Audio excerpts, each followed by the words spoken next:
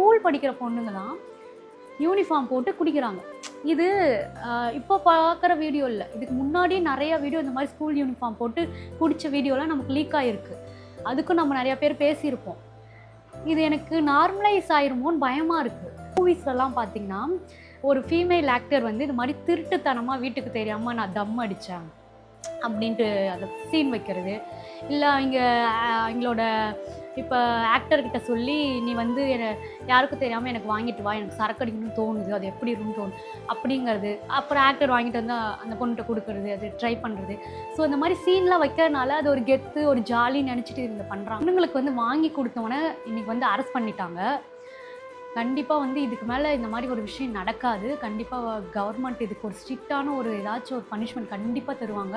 இதுக்கு மேலே இது நடக்காது அப்படின்னு நம்புகிறேன். அதே மாதிரி ஸ்கூலில் வந்து வெறும் சோசியல், மேக்ஸு அப்படிங்கிற பாடத்தெல்லாம் தாண்டி லைஃப்பில் எப்படி வாழணுங்கிறத ஒரு ஒரு பாடமாக எடுங்க, தினைக்குமே எடுங்க. அதுக்குன்னு ஒரு சப்ஜெக்ட் வச்சு அதுக்குன்னு ஒரு மிஸ்ஸை போட்டு வைங்க.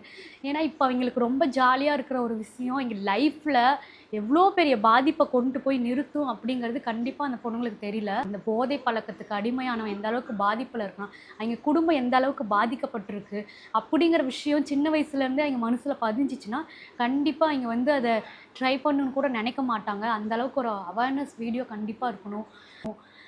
ஸோ இதெல்லாம் நடந்துச்சுன்னா மேபி இந்த மாதிரி வீடியோலாம் இதுக்கு மேலே வராது, கண்டிப்பாக வராது அப்படின்ட்டு நம்புகிறேன்.